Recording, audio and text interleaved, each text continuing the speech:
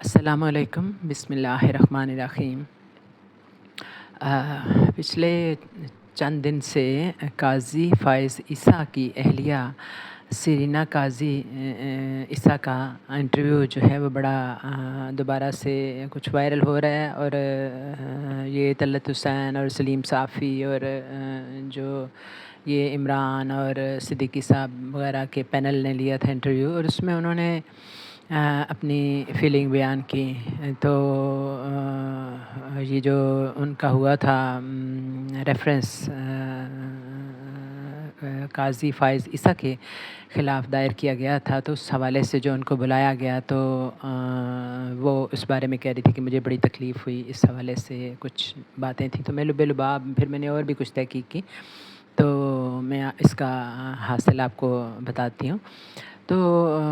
اچھا لگا مجھے کہ وہ ایک استاد ہیں،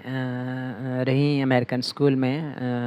اچھا پے کرتے ہیں وہ، لیکن بہرحال ایک استاد کی یعنی ہمارے معاشرے میں کیا ہی بساط ہے۔ تو بہرحال وہ کریٹیو سی خاتون ہیں، باغبانی وغیرہ کرتی رہیں، اور اس طرح کے کاموں، اچھے کھیلوں سے دلچسپی رہی ان کی۔ اور انہیں ایک تو یہ کنسرن تھا کہ ان کی یعنی اپنی زرعی زمینیں تھیں، وہ ایک یعنی بیک گراؤنڈ ان کا بہتر تھا، تو انہی کو جیکب آباد کی اور کیا نام ہے بلوچستان کی زمینیں بیچ کے، تو انہوں نے اپنی جو بچت تھی اس کو بیچ کے تو یہ پلاٹ جو جائیدادیں تھیں لندن میں خریدیں، جن کے بارے میں وہ خود بتاتی ہیں کہ 2003 اور 4 اور 6 میں انہوں نے یہ خریدی۔ تو اسی عرصے میں عمران خان نے بیچا 7 لاکھ کچھ 13,000 پاؤنڈ کا اپنا فلیٹ۔ تو سوچنے کی بات ہے کہ عمران خان نے اگر ایک فلیٹ 7 لاکھ 13,000 پاؤنڈ کا بیچا، تو انہوں نے 3 جائیدادیں اسی عرصے میں کیسے خرید لیں اتنے؟ انہوں نے بھی بتایا کہ انہوں نے 7,51,000 پاؤنڈ میں یہ 3 جائیدادیں خریدیں۔ تو پھر یہ ہے کہ انہوں نے بتایا کہ ان کے والد جو تھے بڑے اپنے زمانے کے جو امیر شخص تھے، کوئی زمینوں والے تھے، اور انہوں نے کوئی مسجد بنائی جو بڑی ایک کلچر ہیریٹیج ہے۔ تو میں تو اس میں اور اضافہ کروں گی کہ ان کے جو سسر تھے قاضی فائز عیسیٰ کے والد عیسیٰ، وہ بھی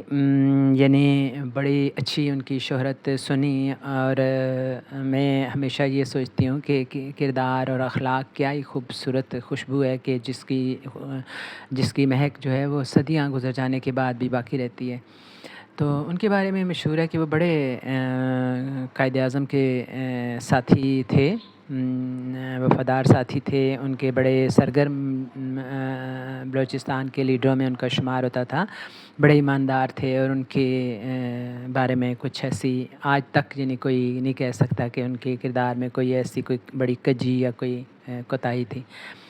تو یہ بڑا قابل قدر سرمایہ ہے، لیکن اس کے ساتھ ہمیں یہ بھی یعنی میں کہتی ہوں کہ سوچنا چاہیے کہ جو پدرم سلطان بودھ کا جو ایک اصول ہے وہ کوئی اچھا اصول نہیں ہے۔ ہمیں زیادہ تر اپنے ہی اعمال پہ فوکس کرنا چاہیے، انہیں کے وہ سنوارنے کے لیے کوشش کرنی چاہیے، کیونکہ آخرت ہی نہیں دنیا میں بھی اچھے اعمال ہی انسان کا اصل سرمایہ ہوتے ہیں، جو کہ لانگ رن پہ آپ کی عزت افزائی کا باعث بنتے۔ تو پھر انہوں نے عمران خان پہ بھی اعتراض کیا کہ انہوں نے جو یعنی فلیٹ ادھر سے بیچا، اور یہاں آ کے انہوں نے جو خریدا ہے اپنا بنی گالا پہ گھر، تو وہ ان کی سابقہ بیوی نے ان کو گفٹ کیا تھا۔ تھوڑا سا میں اس کی تصحیح کرنا چاہتی ہوں، کیونکہ میں بھی فالو کرتی ہوں ہزاروں لاکھوں لوگوں کی طرح سے عمران خان کو کافی زیادہ، کیوں خاص طور پہ جب سے وہ لیڈر بنے تو ظاہر ہے ان کے لیے زیادہ ضروری ہو گیا ہے کہ وہ اپنے یعنی اپنی جو کلیئر رکھیں اپنے جو بھی ان کے زندگی کے معاملات وغیرہ ہیں۔ تو انہوں نے جو یہ بنی گالا والا گھر لیا تھا، اس وقت ان کی جو بیگم تھی وہ ان کے ساتھ تھیں، ان کی طلاق نہیں ہوئی تھی، تو ان کا یہ جو پیمنٹ تھی اس لندن والے فلیٹ کی اس وقت نہیں ہوئی تھی، وہ بکا نہیں تھا، پروسیس میں تھا، تو ان کی بیگم نے اور ان دونوں کو پسند آ گیا یہ گھر بنی گلا کا، تو وہ ان کے پاس پیسے تھے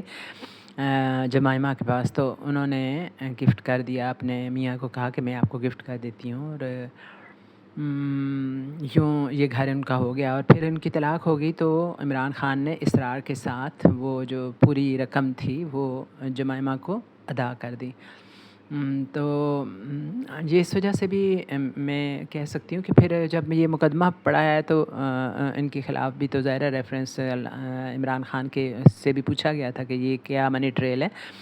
تو جمائمہ نے پھر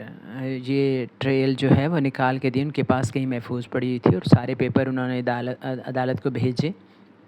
اور وہ عدالت جب کے سامنے پیش ہوئے تو عمران خان کی جان خلاصی ہوئی تھی، تب پہلے بھی ایک دفعہ ان کو اس بات پہ پکڑ ہوئی تھی۔ پھر یہ ہے کہ لاہور کا جو ان کا پلاٹ ہے وہ وقف کے پلاٹوں میں سے دیا گیا تھا، نواز شریف کے دور میں ہی دیا گیا تھا، لیکن وقف کے پلاٹ میں دیا گیا تھا۔ وقف کی ظاہرہ جائیداد جو ہوتی ہے وہ اسی لیے ہوتی ہے کہ وہ کوئی فلاحی کاموں کے لیے خرچ کیے جائیں، اور عمران خان نے اسی بیس پہ درخواست دی تھی کہ ان کو شوکت خانم میموریل جو ہاسپٹل ہے اس کو بنانے کے لیے ایک پلاٹ چاہیے، اور یقیناً یہ ایک فلاحی مقاصد کے لیے ابھی تک استعمال ہو رہا ہے۔ اور پھر یہ ہے کہ انہوں نے کہا کہ میرے جو ٹیکس کے سارے گوشوارے ان تک رسائی جو ہے وہ کیوں ہو FIA اور اس طرح کی دوسری لا منسٹری وغیرہ کی، تو اس کا بھی یعنی باقیوں کی یعنی انہوں نے کہا کہ نہیں ہو رہی، تو یقیناً یہ بات انہوں نے بالکل ٹھیک کی کہ باقی سب کے بھی اثاثے ظاہر ہونے چاہیے، لیکن یہ بھی ہے کہ کوئی تو معاملہ تھا جو انہوں کو شکایت تھی کہ میرا نام کیوں پکارا گیا، پتہ نہیں 129 دفعہ کہ 130 دفعہ اس مقدمے کے دوران جو قاضی فائز عیسیٰ کے خلاف قائم ہوا تھا۔ تو ہم آگے جا کے ڈسکس کرتے ہیں تو پتہ چلے گا کہ کیوں سرینا قاضی کا نام جو ہے اس مقدمے میں بار بار آیا اور ان کو بلایا بھی گیا، کس لیے۔ بات یہ ہے کہ یہ قاضی فائز عیسیٰ کے چیف جسٹس بننے سے کچھ پہلے کی کہانی ہے کہ 3 مقدمے ان پہ قائم ہوئے، اور ان سے پوچھا گیا جی اپنے ان کی جو جائیدادیں تھیں لندن میں 3 جائیدادیں انہوں نے بنائی تھیں اس حوالے سے، تو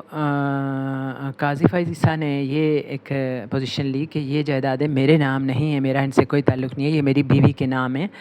تو لیکن عدالت اس سے مطمئن نہیں تھی، تو تب انہوں نے سرینا قاضی کو بلایا اور ان کا ذکر خیر بھی بار بار آیا، تو سرینا قاضی نے کہا کہ یہ بچوں کی ہیں، بچوں نے بنائی ہیں یہ جائیدادیں، کچھ اس طرح کی پوزیشن انہوں نے شروع میں لی، تو آگے سے جو تحقیق بتاتی ہے کہ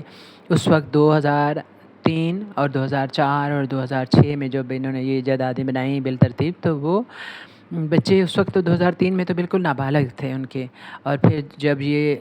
پہلی جائیداد جب انہوں نے بنائی ہے، پھر جب دوسری اور تیسری خریدی ہے تو اس وقت ان کے بچے بڑے تو ہو گئے تھے لیکن کام کرنے کے قابل نہیں تھے۔ پھر بچوں کے ساتھ جو انہوں نے کہا ہے کہ میں نے مل کے بنائی، یہ ان کی پلی ٹھیک نہیں رہی۔ پھر اس کے بعد یہ ہے کہ چیف جسٹس جب بن گئے قاضی صاحب، تو انہوں نے پھر اپنے جو حمایتی تھے ان کو خوب نوازا، یہ بھی ایک ریکارڈ پہ ہے بات۔ اور پھر یہ ہے کہ لا FBIR تو ان کے انڈر ہی تھا اور کچھ نہیں کر سکتا تھا، لیکن لا منسٹری اور FIA جو ہیں وہ مسلسل تحقیق کر رہے تھے، اور اس سے پتہ چلا کہ کچھ گڑبڑ ہے ان کے معاملات میں، تو پھر ظاہر ہے کچھ اور محکموں کی امداد لی گئی، تو پتہ چلا کہ جو ہیں ایسی انکشاف ہوا جو بہت ہی حیرت انگیز ہے، یعنی یہ تو انٹرویو میں بتایا سرینا نے کہ ان کی والدہ ہیں اسپینش تھیں، لیکن اس سے بڑھ کے انہوں نے نئی بات بتائی، حالانکہ کافی لمبا ان کا انٹرویو تھا، تو پتہ یہ چلا کہ جو سرینا قاضی ہیں انہوں نے 2 طرح کی شناختیں رکھی ہوئی تھیں، یعنی پاکستان کے شہری کے لیے یہ ضروری ہے کہ وہ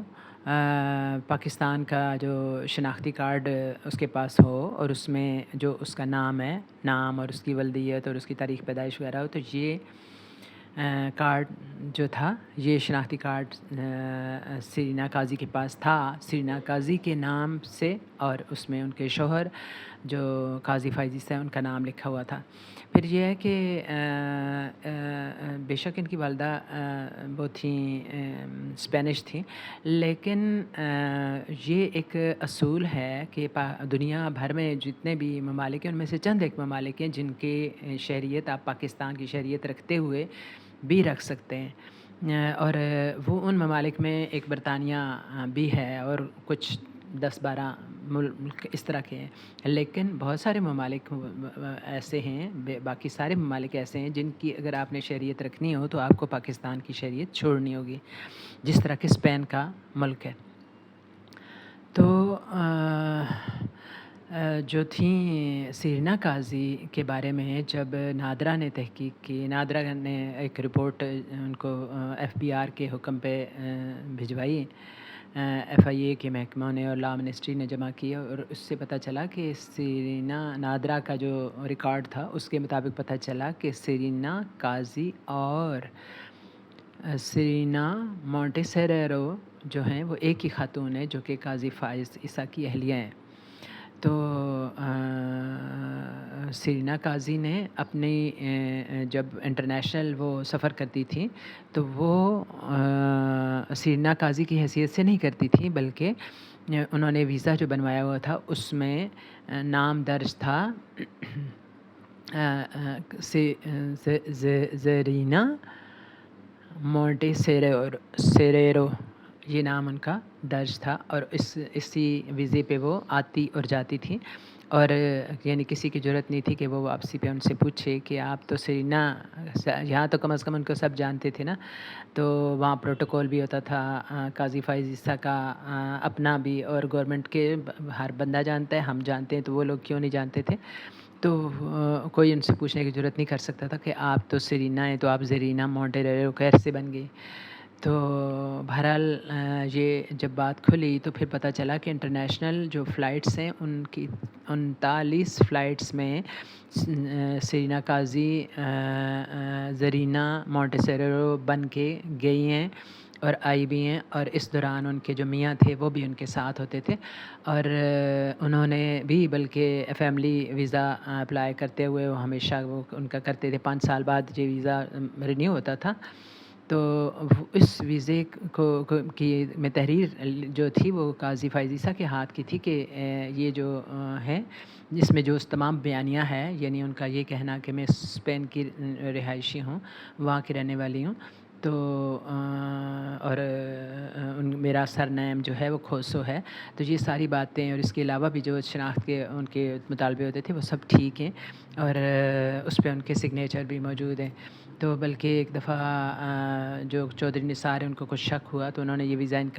دینے سے انکار کر دیا، تو انہوں نے اپنا جو پروٹوکول آفیسر تھا وہ انٹیریئر منسٹری میں بھیجا، اور انہوں نے بھی تحریر کیا کہ یہ خاتون ان کو ویزا جاری کیا جائے کہ یہ ادھر کی ہیں۔ تو یہ بات ہے کہ اور پھر انہوں نے یہ جو جائیدادیں خریدی ہیں یہ اسی زیرینا مونٹیسیریرو نام سے خریدی ہیں، اور ان کا جو ٹیکس کے سارے معاملات ہیں وہ سارے معاملات ادھر سے اسپین سے چلائے گئے ہیں۔ تو بات یہ ہے کہ یہ کئی لحاظ سے جرم شمار ہوتا ہے کہ ایک تو پھر یہ ہے کہ ان کی پراپر جو مکمل منی ٹریل نہیں مل سکی، اور پھر یہ ہے کہ وہ سب سے پہلی بات یہ کہ انہوں نے اپنی شہریت یہ کیوں چھپائی،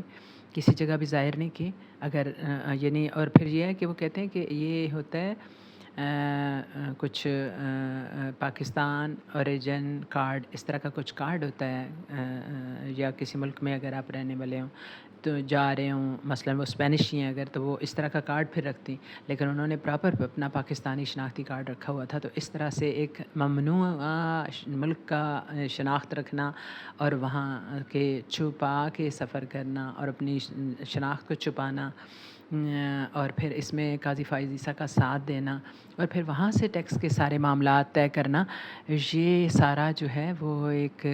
کچھ شکوک و شبہات کو جنم دیتا ہے۔ اور اس وجہ سے جو سیرینا قاضی ہیں ان کا نام بار بار اس مقدمے میں لیا جاتا رہا ہے، اور یقیناً کئی دفعہ ان پہ کوئی تکلیف بھی آئی ہوگی، لیکن وہ یہ دیکھیں کہ ہزاروں لاکھوں لوگ جو ہیں ان کے مقدمے سڑ رہے ہوتے ہیں ادھر، اور وہ جیلوں میں سڑ رہے ہیں اور ان کے مقدموں کا فیصلہ ہی نہیں ہوتا۔ ہماری اشرافیائی جو ہے وہ آپس کے جھگڑے جو ہے نا وہ حکومتی سطح پہ طے کری ہوتی ہے۔ تو کاش کہ ہم جو ہے نا اس قائد اعظم کے جو لائل فائز عیسیٰ کے والد اور بہت سارے جو ورکر ہیں ان کی طرح سے ہم بھی لائل ہو جائیں، تو سچ کا دامن تھامیں، تو ہماری دنیا بھی سنورے اور آخرت بھی سنورے۔ واللہ اعلم بالصواب۔